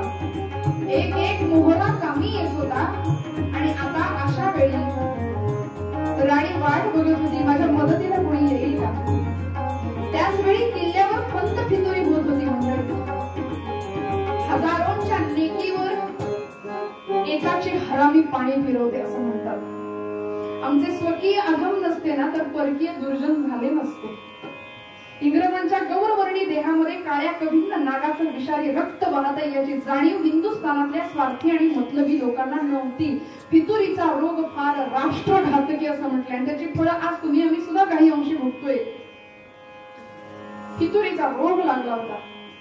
एखादा सरदार फितूर व्हावा, राणीला वाईट वाटावं. युद्ध चालू होतं. पाहिलं उत्तरेच्या दिशेने अचानक घोड्यांच्या टापांचा भुरळा उडताना दिसला. एक भगवा जरीपटका फडकताना राणीनं पाहिला. उत्तरेस भुरळा दिसता आशेने राणी पाहे. नाना वाटोपे आले उत्कंठा लागून राहे. काय काव्य बघा कविवर्य तिवारी म्हणून म्हणते पोरांना वाचायला द्या. मराठ्यांची संग्राम गीते झाशीच्या राणीचा सगळा संग्राम आहे काव्यामध्ये. अख्खा इतिहास काव्यबद्ध आहे. तो तात्या टोपे आले आनंद गगनी नामावे. टोपे आले मदतीला. काय केलं? टोप्यांनी टोपी वाले समशेरीवरती धरले. टोपे तात्या टोपे आणि टोपीवाले इंग्रज. काव्य काय होतं? एकदाच चालून आले भारतास भूषण झाले मर्दाने झाशी वाली. तात्या टोपे आले. राणीला खूप हायसं वाटलं म्हणून गेले मदतीला टोपे आले होते. आता इंग्रजांचा समाचार घेतील बरोबर. पण मंडळी नियतीच्या मनात वेगळं होतं. यश अपयश आपल्या हातात नसतं. 8 दिवस गेले कितीतरी दिवस रक्तानं राहिलेली राणी आज गरम पाण्याने स्नान केलं आणि आपल्या महालामध्ये गेली. गरम पाण्याने स्नान केलं. केश संभार उधवत बसली होती. बरं विचारचक्र वेगाने फिरतय आणि एवढ्यात तिची एक दासी रक्तानं माखलेली धावत आली. जवळजवळ राणीच्या अंगावर कोसळली आणि म्हणाली, राणी साहेब घात झालाय, दगा झालाय. कारण फंत फितुरी झाली. टोप्यांना इंग्रजांनी मागच्या मागे पळवून लावलं. किल्ल्यामध्ये फितुरी झाली. आपला दुलाजी ठाकूर नावाचा एक सैनिक इंग्रजांना फितूर झाला. किल्ल्याचा मागचा दरवाजा उघडून दिला आणि गोळ्याच्या ढेपीला जशी मुंगळं चिकटावीत ना तशी इंग्रजी फौज किल्ल्याला भिडली. राणीच्या तळपायाची आग मस्तकाला गेली. मंडळी केस सोडले होते. त्या केसांचा तसाच गुजरा बांधला. तलवार घेतली आणि एखाद्या चौकाळलेल्या वाघिणीनं त्या गुहेतून बाहेर झेप घ्यावी तशी राणी बाहेर पडली. घोड्यावर मांड घेतली. हातामध्ये समशेर घेतली आणि रात्री 1:30च्या अंधकारामध्ये कोण कुणाशी लढतंय हे कळत नव्हतं. अशा परिस्थितीमध्ये दुलारी ठाकूर नावाच्या त्या सरदाराला राणीनं गाठलं मंडळी आणि मोजता येणार नाही तेवढे त्याच्या देहाचे तुकडे केले. कोण कुणावर वार करतंय हे कळत नव्हतं. मोजता येणार नाही तेवढे तुकडे केले. देशद्रोह्याला शासन हे झालंच पाहिजे. पण झाशीच्या निरपराध जनतेवर चाललेला अत्याचार सहन होत नव्हता. शेवटी स्त्री मन होतं मंडळी. कितीही पौरुष असेल तरी सुद्धा वात्सल्य लपत नव्हतं. शक्ती होती, जगदंबेची पूर्ण कृपा होती, इच्छा शक्ती होती. पण अखेर वाईट वाटायचं. परमेश्वराला सांगायची, भगवंता या निरपराध माणसांचं काय पाप आहे. झाशीच्या जनतेवर चाललेला अत्याचार बघवत नव्हता. इंग्रजांनी बीजन कत्तल चालवली होती मंडळी. बीजन माणूस दिसला की त्याला गोळी घालायची. त्यामुळे माणसं नाही प्रेतच प्रेत सगळीकडे दिसत होती. आणि अशा परिस्थितीमध्ये काय करावं. मोरोपंतांनी जवळ घेतलं मनूला. म्हणून अगं मारता मारता मरणे शौर्याचे हेची लक्षण, जाऊया फेकून घोडा धैर्य दाऊ विलक्षण. मोरोपंत म्हणाले, म्हणू आपल्याकडे वेळ कमी आहे ना, झाशी फार काळ टिकाव धरणार नाही, आपण इथून पळून जाऊया, कालपीला जाऊया. झाशी ते कालपी 102 मैलाचं अंतर आहे. झाशी ते कालपी अंतर काटायचं होतं. तिथे बांद्याचे नवाब, नानासाहेब, रावसाहेब, तात्या टोपे, ग्वाल्हेरचे शिंदे सगळ्यांचीच मदत घेऊया आणि पुन्हा इंग्रजांशी युद्ध करूया. पण आता माझा ऐक बाळा, म्हणून ऐक, आपण निघून जाऊया, आपण पळून जाऊया झाशीतून. आणि जात असताना राणीला वडिलांचं म्हणणं पटलं, पण पळून जायचं कसं, इंग्रजांचा वेढा आहे, झाशीतनं पळायचं कसं. म्हणून फक्त 80 शिपाई बरोबर घेतले. तिचा घोडा होता, त्या घोड्याचं नाव होतं राजरत्न. काय गंमत आहे बघा, छत्रपती शिवरायांची घोडी होती कृष्णा नावाची आणि राणीचा राजरत्न नावाचा घोडा होता. त्या राजरत्न घोड्याजवळ आली. जातीवंत घोडा, फुरफुरत होता. थाप टाकली पाठीवर. एका वस्त्रामध्ये पाठीमागे दामोदराला बांध, 3 वर्षाचं ते पोर. घोड्यावर मांड घेतली. शिपायांना सांगितलं, जिंकलो तर इथंच भेटू, मेलो तर स्वर्गात भेटू. अतो वा प्राप्स्यसि स्वर्गम जित्वा वा भोक्ष्यसे. प्रत्येकाला प्रोत्साहन दिलं. मोरोपंतांचा घोडा सोबत होता. मोरोपंत आणि राणी सोबत निघाले होते. पण घोड्यावरून, तटावरून वेढ्या पलीकडे जाताना कसं जायचं, इतिहासामध्ये उल्लेख असा काही ठिकाणी आहे की थेट तटावरून खाली उडी मारली. पण विचार केला तर ते शक्य नाही, घोडं टिकणारच नाही तटावरून खाली उडी मारायला. काही इतिहासामध्ये असा उल्लेख आहे की तटावरून दोराच्या साह्याने राणी खाली आली, घोडं तयार होतं खाली आणि मग घोड्यावर मांडी घेऊन पुढे गेले. पण इतिहास आम्हाला सांगतो की राणीने इंग्रजांची दिशाभूल करण्यासाठी दुसऱ्या बाजूला विरुद्ध दिशेला तोफेचा बार उडवला, जेणेकरून इंग्रजांना दिशाभूल व्हावी आणि त्या वेळेचा फायदा घेऊन राणीसह 80 वीरांनी तटावरून वेढ्या पलीकडे जावं. पण काय धैर्याचा तट काय होता राणीचा. इंग्रजांना काही कळायच्या आत राणीसह 80 घोडे तटावरनं वेढ्या पलीकडे गेले. मंडळी, लक्ष्मीचं धैर्य तट आढळ, झाशीचा तट जरी ढळला, लक्ष्मीचा धैर्य तट आढळ, झाशीचा तट जरी ढळला, तन्निश्चय गुरुजन हारे, एक एक गुरुज ढासळला, तरी वेढ्याच्या आकाशांनी जपला या वैरी सजला, काळकंठचे चिरतील, जीवास जीव देतील, हे बोल असे म्हणशील, घोडाया दुर्गम वेढा, एक तटाहुर घोडा, घोडाया दुर्गम वेढा, एक तटाहुर घोडा. 80 वीर तटावरनं वेढा पलीकडे गेले. जात असताना लेफ्टनंट बौकरच्या कानावर बातमी आली, राणी पळाली. आधीच गोरा मोरा असलेला तो लेफ्टनंट बौकर लालबुंद झाला आणि राणीनं त्याच्या तोंडाला काळच फासलं होतं. मंडळी, संतापानं बेभान झाला आणि आता शर्यत सुरू झाली जीवन आणि मृत्यूची. राणीच्या मागे इंग्रजी फौज शिकारी कुत्र्यासारखा पाठलाग करत होती. राणी कुठल्याही परिस्थितीत इंग्रजांना हवी होती. मागे दामोदर 3 वर्षाचं ते लेकरू बांधलं होतं. घोड्यावर बेभानपणे धावत होती. राजरत्न चौखुर धरत होता. मंडळी, झाशीला मागे सोडून जात असताना आपल्या पतीला प्राणापलीकडे प्रिय असलेली झाशी परक्यांच्या स्वाधीन करताना वाईट वाटत होतं. वेस ओलांडता ओलांडता घात झाला आणि इंग्रजांची एक मर्मभेदी गोळी वडिलांच्या मोरोपंतांच्या उजव्या मांडीमध्ये घुसली. वडील घायाळ झालेले पाहिलं. घोड्यावरून पडता पडता बाबांना अलगद धरलं. बाबा बाबा माझ्या घोड्यावर बसा, आपण दोघं पुढे जाऊया, आपण दोघं पुढे जाऊया. मोरोपंत म्हणाले, नाही म्हणून आपल्या दोघांचं वजन घोड्याला पेलणार नाही, तू जा तू जा, ऐक माझं, थांबू नकोस म्हणू, तू जर गेली नाहीस ना तर तुला झाशीची शपथ आहे, निघ. बापाला मृत्यूच्या जबड्यात सोडून जायला पोरीचं मन धजेना. शेवटी निघावं लागलं. आणि मंडळी, निर्दयी इंग्रजांनी शेवटी करायचं तेच केलं. मोरोपंतांना आपल्या ताब्यात घेतलं आणि नुसतं घेतलं नाही, झाशीच्या किल्ल्याच्या दरवाजाला फासाला लटकवलंय. हा इतिहास आहे आमचा. राणी धावत होती, तिला कल्पना नव्हती शत्रूची विजयी टोपी टापेने उडवून दिधली, उतरली नशा चढलेली प्रबळातून अबला गेली. लेफ्टनंट बौकर धावे स्वारांची घेऊन टोळी, वायूची लहरी चाले दैर्याची लहरी हाले, अधिकाधिक अंतर पडले सरकावून मागे थोडा, फेकला तटाहून घोडा आणि निघाली. आणि धावत असताना रात्र झाली, अंधार पडला, 1:30-2चा प्रहर असेल, सुमार असेल. आणि अशा वेळी अचानक कानामागून शब्द आले, आई आई भूक लागली ग.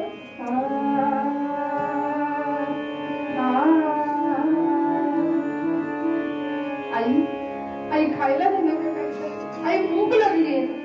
पाठीशी बांधलेला दामोदर भुकेनं कळकळत होता, कासावीस झाला होता. वीरश्री संचारली होती, पण मातृत्व जाग झालं. डोळ्यात टचकन पाणी आलं राणीच्या. अरे या सगळ्यात पोराला छातीशी गोपाळायचं राहून गेलं, विसरलं. दामोदरा थांब बाळा, मी तुला काहीतरी व्यवस्था करते. चौकशी केली. भांडेर नावाचं गाव होतं, झाशी ते कालती या 2 गावांमध्ये. भांडेर नावाचं गाव, त्या गावामध्ये घोडा घातला. शिपायांना चौक्या लावायला सांगितल्या आणि शत्रूचा सुगावा लागताच इशारा द्या असं सांगितलं. राणीने घोडा आत नेला. बघितलं गावाचं स्मशान झालं होतं. मंडळी गावाचं स्मशान झालं होतं. रस्त्यावर प्रेतांचे ढीकच्या ढीक पडले होते. इंग्रजांचा हुकूम होता, बेजन कत्तल झाली होती. माणूस दिसतच नव्हता, प्रेतच प्रेत. आणि त्या रक्ताचा चिखल तुडवत तुडवत राणी निघाली. जात असताना तिला आठवलं, आपली एक बहीण या गावात राहते, भांडेर मध्ये. तिच्याकडे आपण लहानपणी यायचो, दूरची बहीण आहे. सोन्याचे सागर गोटे खेळलोय आपण. नियती कशी फिरते मंडळी. एका पारावर बसून सोन्याचे सागर गोटे आपण खेळलो होतो. बहिणीचं घर शोधायला लागली, तो वाडा शोधायला लागली. आणि अचानक पार दिसला, वाडा दिसला. धावत गेली, दारावर थाप मारली. ताई ताई दार उघड ग, माझ्या दामोदराला भूक लागली, काहीतरी खायला देशील. दरवाजा नाही उघडला मंडळी, कारण इंग्रजांचा हुकूम होता, राणीसाठी जर दार उघडलं तर याच घरादारावरून गाढवाचा नांगर फिरेल. दरवाजा नाही उघडला. आतून कुजबुजण्याचा आवाज आला. कोण आहे बाहेर? राणी सांगते, मी म्हणू. ताई ताई लेकराला भूक लागली आहे ग, दार उघडतेस का? राणी पारावर येऊन बसली. दामोदराच्या चेहऱ्यावरून हात फिरवला. काळवडलं होतं पोरगं मंडळी. तोंडातून फेस येत होता. भुकेने असहाय्य झालेलं ते 3 वर्षाचं लेकरू. आई आई भूक लागली ग, आई खायला दे ना काहीतरी. राणी सांगते, अरे राजा, लाखांचा अन्नदाता आहेस तू, पण कवळ न गिळू दे त्या तुला दुष्ट काळ. तुला घास गिळू देत नाही याचा काळ आपल्यावर आलाय. पण काळजी करू नकोस राजा, हा वनवास मी नक्की संपवेन. 20-21 वर्षाचं वय होतं फक्त मंडळी. ही घटना घडली. 21 वर्षाचं वय आहे. हा वनवास मी नक्की संपवेन असं बोलत असताना वाड्याचा दिंडी दरवाजा किलकिला झाला. आतून एक हात बाहेर आला. हातामध्ये द्रोण होता आणि त्या द्रोणामध्ये दूध भात होता. झडप घातली. तो दूध भाताचा द्रोण घेऊन पारावर आली. भात कालवायला लागली. दामोदरा थांबा, भरवते राजा तुला, भरवते. पहिला घास उचलला आणि त्याच वेळी राणीच्या कपाळावर एक जखम झाली होती. त्या जखमेचं रक्त आणि दामोदराच्या तोंडातली लाळ भातात एकाच वेळी पडली. रक्त मिश्रित भात तो घास भूमीला अर्पण केला. दुसरा घास भरवायला निघाली. दामोदर थांब राजा, भरवते भरवते. आकर आकर भरवायला लागली. तेवढ्यात राणीच्या कानशिलाला थंडगार स्पर्श झाला आणि मागून आवाज आला, राणी साहेबा हँड्स अप. लेफ्टनंट बौकर मागे उभा होता. राणी घेरली गेली होती. संगीने रोखल्या गेल्या होत्या शिपायांच्या. आणि आता विचारचक्र वेगाने फिरावं लागलं. एक आई काय करू शकते मंडळी? राणीनं बौकरला सांगितलं, मी स्वाधीन होते तुझ्या, पण माझ्या लेकराला मला 2 घास भरले. आता संगीत रोखलेली होती मस्तकावर. राणीचं विचारचक्र वेगाने फिरते मंडळी. यावेळी राणीने जी हालचाल केली ना, ती मला शब्दात सांगता येणं कठीण आहे. ज्या वेगाने हल्ली, म्हणून तर तिला बिजली म्हणायचं. ती चमकायची अशी, की फास्ट तिची सगळी हालचाल असायची. जी हालचाल केली आहे ना, विजेला लाजवेल अशी हालचाल होती. दामोदराला घास भरवले. विचारचक्र वेगाने फिरतय. काय करावं काय करावं? बौकर बंदूक धरून उभा आहे. शेवटचा घास दामोदराला भरवायला निघाली. काय हालचाल करावी? किती चपळाईने हालचाल केली. शेवटचा घास दामोदराला भरवला. त्याच उजव्या मनगटाने दामोदराचं तोंड पुसलं आणि त्याच उजव्या पालथ्या हाताची मागे उभ्या असलेल्या बौकरच्या डाव्या कांचीला खाली सणकडे थप्पड लगावून दिली. आधीच आडवाट असलेला तो इंग्रजी फौजी अधिकारी राणीच्या एका थपडीत बेशुद्ध पडला जागेवर. काय ताकद असेल! 21 वर्षाचं वय. स्त्री शक्ती हा शब्द आमच्याकडे आहे ना, जगदंबेची पूर्ण कृपा आहे मंडळी आमच्यावरती. पण दुर्दैवाने ती शक्ती आम्ही कधी ओळखणार मला नाही माहिती. तिचं काय कर तिचं काय कर ह्याच्यातच जर आमचं आयुष्य निघून जाणार असेल मंडळी, तर स्त्री शक्ती स्त्री मुक्ती हा नारा करून उपयोग नाही होणार. गरीब गाय असली ना, आणि ऐका बरं, गरीब गाय असली आणि तिच्या जर वासरावर बेतलं तर ती वाघ सिंहावर सुद्धा शिंग रोखते. ही तर पराक्रमी राणी होती. बौकरला एका चापटीत बेशुद्ध केलं.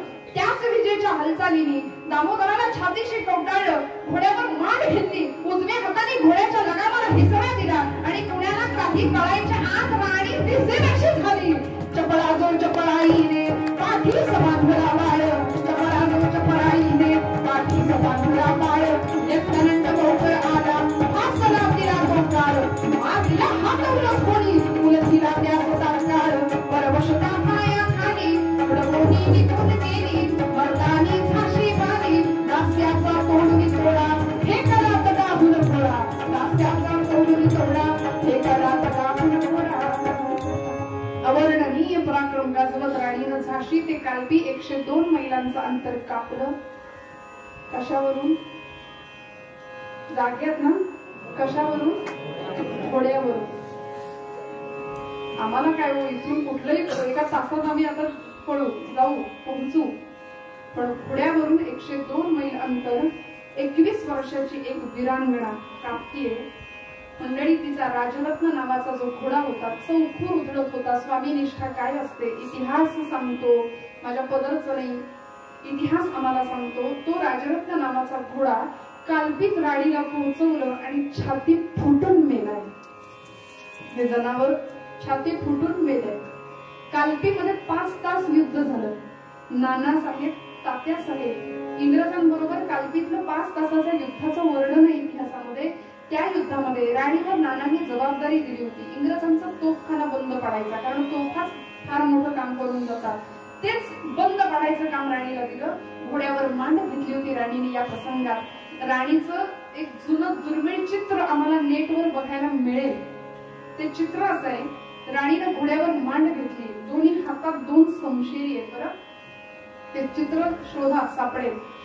घोड्याचा लगाम दातात धरलाय, दोन्ही हातामध्ये 2 समशेरी आहेत. एका बाजूला हातोडी आहे घोड्याच्या मानेला टांगलेली, एका बाजूला खिळ्यांची पिशवी आहे, तोफा बंद काढायच्या होत्या. धावतीये, लगाम हातात घेऊन, हातात समशेरी, आणि समोर येणारा सगळं सैनिक. ते काही स्वागतासाठी नव्हतं. त्या सगळ्या सैनिकांना कापत कापत पुढे जायचंय. रक्तबंबाळ देह झाला होता. कापत कापत पुढे जायचंय आणि इंग्रजांच्या त्या तोफेपर्यंत पोहोचायचंय. बघा काय चित्र असेल. आपण कल्पना करताना मला बोलताना ठकायला होतं. आपण कल्पना नाही करू शकत. ऐकताना कित्येकांचे हार्टबीट्स वाढतायत. काय घडत असेल. त्या तोफेपर्यंत पोहोचायचं होतं आणि पोहोचल्यानंतर तो डागणारा, त्या बत्ती देणारा जो कोणी माणूस आहे, समोरचा सैनिक आहे, तो काही शांत बसणार नाही. तो पटकन गोळा लावणार आहे, वाद लावणार आहे, काडी पेटवणार आहे. आणि अशा वेळी राणीचा घोडा त्या तोफेवर धावून जातोय. धावत असताना दोन्ही टाचा घोड्याने तोफेवरती ठेवलेले आहेत. पहिल्या दोन्ही टाचा तोफेवर आहेत आणि मागचे 2 पाय, त्या दोन्ही पायातनं तोफेचा गोळा बाहेर पडलाय. हे चित्र आहे, तुम्ही बघा, शोधा. लगाम दातात, दोन्ही हातात 2 समशेरी, राणीचा घोडा, दोन्ही टाचा तोफेवर, मागच्या 2 पायातून गोळा बाहेर पडला. आणि अशा परिस्थितीमध्ये पटकन तलवारी म्यानबंद करायच्या, खिळा त्याचं मस्तक आधी उडवायचं, त्या समोरच्या सैनिकाचं खिळा घ्यायचा, हातोडी घ्यायची, तोफेचं नाक म्हणतात त्याला, जिथून वात लावली जाते आणि पेटवली जाते, त्या नाकामध्ये तोफेच्या खिळा ठोकायचा.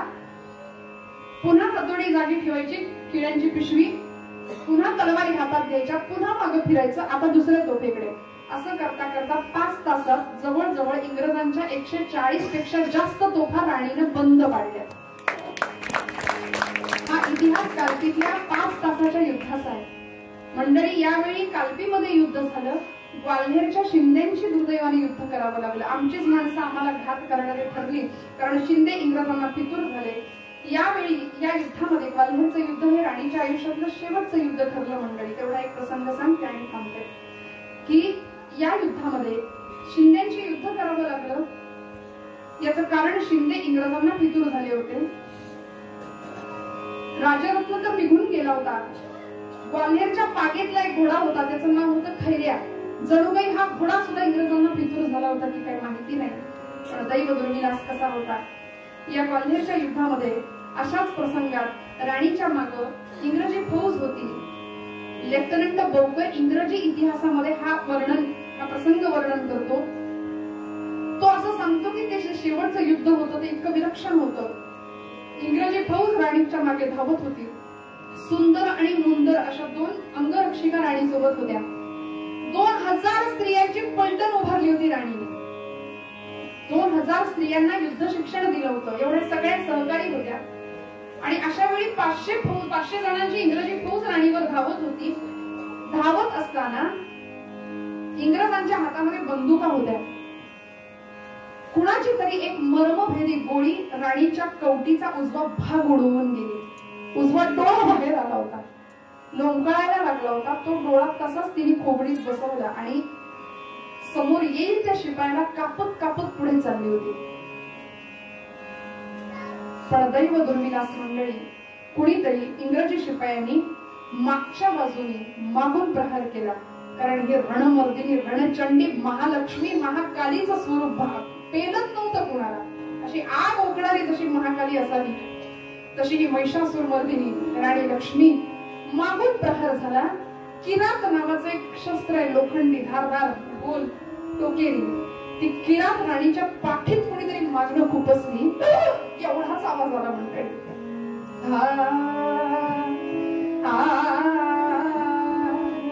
एवढाच आवाज आला. पाठीतून छातीत पर्यंत ती किरात पोहोचली होती. आता प्राणज्योत मालवायला लागली होती.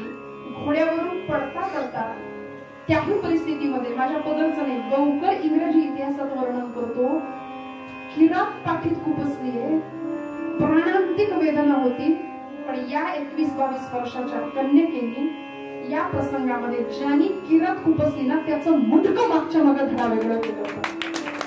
बौकर म्हणाला, मी घाबरलो तिचा तो आवेश पाहून. माझ्या अंगावर काटा उभा राहिला. मी आलो होतो 500 जण घेऊन, पळत सुटलो 5 जणांना घेऊन. एकटी होती. याही परिस्थितीत सगळे संपले तिचे सैनिक. पण या एकट्या राणीने अनेकांना कंठस्नान घातलं होतं. घोड्यावरून पडता पडता रामचंद्रराव नावाचे निष्ठावंत सैनिक, त्यांनी राणीला धरलं. जवळच ग्वाल्हेरच्या जवळ, त्या युद्ध प्रसंगाच्या जवळ गंगादास बाबा नावाच्या साधूच्या एका झोपडीमध्ये नेलं. गंगादास बाबा बाहेर आले, परमेश्वराकडे हात जोडले आणि म्हणाले, देवा, तुझी लीला आगळा आहे. स्वातंत्र्याच्या अट्टहासापायी ही वीरांगणा अनंताच्या प्रवासाला निघाली तर परमेश्वराची लीला आगळा आहे. मृत्यूलोकीच्या प्राण्याला ती नाही उमजणार. पण हिंदुस्थानी स्वातंत्र्याच्या इतिहासामध्ये, या यज्ञवेदीमध्ये ही पहिली प्राणाहुती जर कोणी दिली असेल तर ती राणी लक्ष्मी आहे. याच आहुतीवर, याच बलिदानावर हिंदुस्थानच्या 1947 सालच्या स्वातंत्र्याची इमारत उभी राहिली. पण पाया इथे भक्कम झाला होता 1857च्या उत्सवामध्ये. राणीचा अस्पष्ट आवाज कानावर पडला, हर हर महादेव. नैनं चित्नंती शस्त्राणी नैनं दहती पाव. देहे त्यागिता कीर्तिमा देवराली. मना सज्जना हरिची क्रिया घरात. हर हर महादेव, हर हर महादेव, हर हर महादेव. प्राणज्योत मालवत होती. सांगितलं, बाबा, बाबा पाणी घ्या. गंगादास बाबांनी गंगाजल आणलं, मुखामध्ये 2 थेंब घातले. दामोदर धावत आला. दामोदराने आईला घट्ट मिठी मारली. आई, आई, आई, काय झालं ग तुला? आई, बोल ना माझ्याशी. आई, आई, काय झालं? मंडळी, राणीच्या पाठीत खुपसलेली किरात जर काढली असती तर मृत्यू झाला असता. ती काढली नाही. त्या किरातीचं जे छातीतून बाहेर आलेलं टोक होतं ते दामोदराला टोचत होतं. मिठी मारल्यावर आणि म्हणाला, आई अगं टोचतंय काहीतरी, तुझ्या पोटात सुरी खुपसली का ग आई, तुझ्या पोटात सुरी खुपसली का? त्यावेळी राणी सांगते, नाही रे बाबा, माझ्या पोटात नाही, या भारत मातेच्या पोटामध्ये पारतंत्र्याची सुरी आहे आणि ती तुला काढायची, ती तुला काढायची. एवढं वाक्य उच्चारलं आणि हर हर महादेव म्हणून राणीने डोळे मिटले, प्राणज्योत मालवली. धडाडे चिता जाताना एकच विनंती केली होती गंगादास बाबांना की बाबा या झोपडीची इथे चिता रचा, माझ्या या देहाला इंग्रजांचे पापी हात लागता कामा नये, खलस्पर्श टाळा, विटाळो नका या, त्वरे आहुती अग्नी नारायणाला, माझ्या या देहाला त्याचे हात लागू देऊ नका, इथेच चिता रचा, इथेच अग्नी द्या दामोदराकडून. खलस्पर्श टाळा, विटाळो नका या, त्वरे आहुती अग्नी नारायणाला, धडाडे चिता अग्निना धन्यवादे.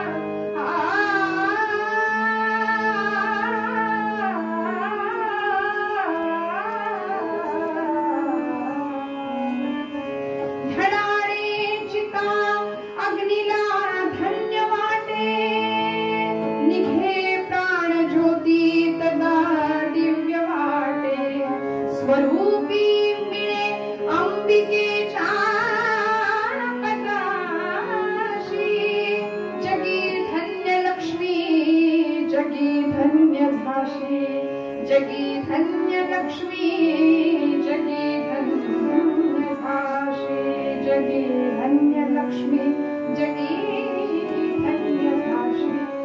लेफ्टनंट बोकरने इंग्रजी इतिहासामध्ये वर्णन केलं की मला जेव्हा कळालं की राणीची चिता पेटली, मंडळी त्यावेळी या इंग्रजी अधिकाऱ्यांनी आपली हॅट उतरवली आणि राणीला सॅल्यूट ठोकला की हिचं मृत शरीर जरी मला हाती लागलं असतं तरी ती मी लंडनला पाठवलं असतं. अशा स्त्रिया जर हिंदुस्थानात जन्म घ्यायला लागल्या तर या देशावर आम्ही राज्य करावं कसं? म्हणून त्यांच्या पुढच्याच काळामध्ये कविवर्य भा.रा. तांबे त्यांच्याच घराण्यातले एक कवी झाले. त्यांनी कविता लिहिली, कविता सर्व परिचित आहे. रे हिंद बांधवा थांब या स्थळी दोन अश्रुढाळी. ग्वाल्हेरला ज्या ठिकाणी हे शेवटचे युद्ध झालं तिथे राणीचं स्मारक बांधलंय आणि त्या स्मारकावर दुसरीकडे आम्ही सहलीला बऱ्याच ठिकाणी जातो नाही, पण इथे कधीतरी जाऊया, आपल्या पोरांना ते स्मारक दाखवूया. आणि तिथे ओळ लिहिली आहे, रे हिंद बांधवा थांब या स्थळी दोन अश्रुढाळी. ती पराक्रमाची ज्योत मावळे इथे झाशीवाली. तांबे कुलवीर श्रीती नेवालकरांची कीर्ती. हिंद भूध्वजा जणू जळती मर्दानी राणी लक्ष्मीबाई मूर्त महाकाली. मिळतील इथे शाहीर लववितील माना वीर. तरु झरे ढाळीतील नीर. ह्या दगडा फुटतील जिव्हा कथा. या कथा सकल काही. ती पराक्रमाची ज्योत मावळे इथे झाशीवाली. कडाकडाकडे बिजली शत्रूची लष्करे थिजली. ती हिंद भूमीच्या पराक्रमाची इतिश्रीच झाली. रे हिंद बांधवा थांब या स्थळी दोन अश्रुढाळी. ती पराक्रमाची ज्योत मावळे इथे झाशीवाली. झालेली सेवा भगवंत चरणांवर पूर्ण. समर्थ म्हणतात देह मिळालाय ना, किती आयुष्य मिळावं, यापेक्षा मिळालेलं आयुष्य कसं असावं हा जर प्रयत्न राहिला तर नक्की देह त्याग होईल. त्यावेळी आमची कीर्ती लोक गायल्याशिवाय राहणार नाही.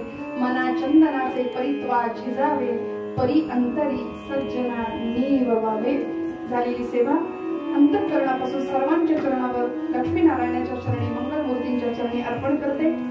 मंडळाचे सर्व आयोजक, नियोजक, संयोजक, अध्यक्ष आदरणीय कुलकर्णी काका, सेक्रेटरी रानडे दादा, अनंता रानडे काका, आमचे रानडे बुवा, ही सगळी मंडळी खूप आशीर्वाद देणारी आहेत. सर्व त्यांना सहकार्य करणारी, सगळ्यांच्या नावांचा उल्लेख मला शक्य नाही. सगळ्यांच्या मनापासून धन्यवाद देते. हे काम मोठं आहे मंडळी. मगाशी देणगी तर आपण द्याच, सरळ हाताने मदत करा उत्सवांसाठी. हे उत्सव चालले पाहिजेत. मी काल एक वाक्य बोलले होते की कीर्तनकार येतील जातील, कीर्तनकार काही काळाने तोच कीर्तन, तुम्ही अनेक कीर्तनकार ऐकले, पण कीर्तन टिकली पाहिजेत. हा प्रयास पुढच्या पिढीकडून झाला पाहिजे.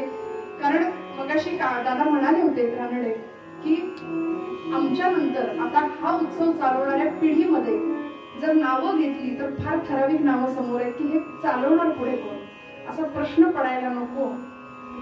उत्तम हे कार्य पुढे अखंड चालत राहू दे एवढीच परमेश्वर चरणी प्रार्थना करते. मनापासून सगळ्यांच्या चरणी नतमस्तक होते. बोलत असताना काही वेडावाकडा शब्द गेला असेल तर मोठ्या अंतकरणाने क्षमा करा. ज्या काही चुका आहेत त्या माझ्या आहेत, ज्या काही चांगल्या गोष्टी दिसल्या त्या सर्वस्वी माझ्या सद्गुरूंच्या आहेत. आई वडिलांची पुण्याई त्यांची कृपा त्यांचे आशीर्वाद, इकडे सासरच्या कुटुंबियांचे पूर्ण आशीर्वाद, भरघोस पाठिंबा, माझे पती आहेत या सगळ्यांचा मला भरभरून पाठिंबा आहे म्हणून या गादीवर उभी राहू शकते. नाहीतर आपुलियापणे नाही मी बोलतो सखा भगवंत कृपा त्याची. पुन्हा एकदा उदय काका, उत्तम दादा मनापासून दोघांना वंदन करते. तीनही दिवस उत्तम प्रकारे सांभाळून घेतल्याबरोबर मनापासून नमस्कार करते. संयोजकांना नमस्कार, आपण सर्व श्रोतृवृंद परब्रह्म स्वरूपात सर्वांना नमस्कार करते आणि भगवंताकडे एकच मागणं मागूया जे सगळ्या संतांनी मागितलं आणि मग कीर्तनाला विराम. एक फक्त प्रार्थना माझ्या बरोबर सगळ्यांनी म्हणा, जी ललिताची आपण म्हणतो सगळ्यांना भगवंताकडे आपण प्रसाद मागतो की हे भगवंता मला तू जन्म दिलास, देहात जन्माला घातलंस, आता तुझ्याकडून माझी एकच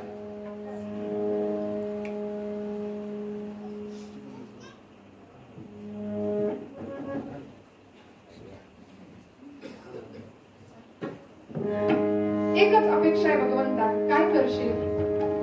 तुझी प्रार्थना, तुझी भक्ती करणाऱ्या सगळ्यांना खुशाल ठेव, आरामात ठेव भगवंता. सुख म्हणजे नक्की काय ते आम्हाला कळू दे. अहिक सुखाच्या मागे धावलेल्या लोकांना खऱ्या सुखाची प्राप्ती होऊ दे. तुझी कृपा, तुझा आशीर्वाद पूर्णपणे आमच्यावर राहू दे. हा उत्सव आमचा गोड मानून घे अशी प्रार्थना करूया आणि माझ्या मागे फक्त तथास्तु तथास्तु तथास्तु एवढं म्हणा, जी ललिताच्या कीर्तनानंतर आपण प्रार्थना करतो. आकल्प आयुष्य भावे तया कुळा, माझिया सकळा हरीच्या दासा. तथास्तु तथास्तु तथास्तु. कल्पनेची बाधा न हो कोणी काळी, ही संत मंडळी सुखी असो.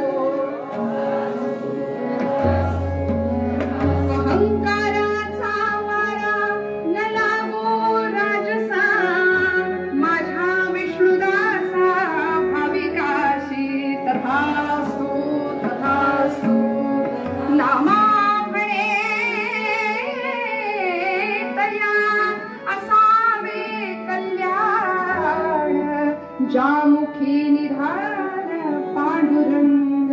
तथास्तु तथास्तु. हेची दान देवा देवा, हेची दान देवा देवा.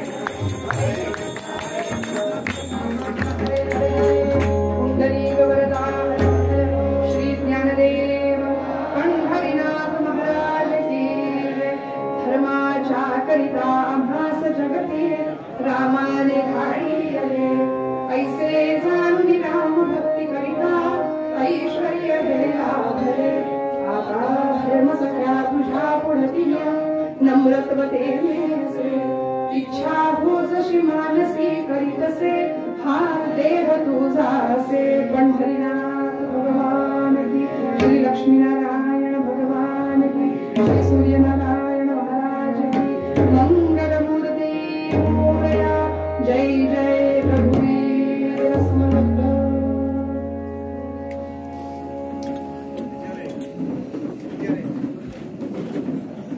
महाराष्ट्र माझाला सबस्क्राईब, लाईक आणि शेअर करायला विसरू नका बरं का।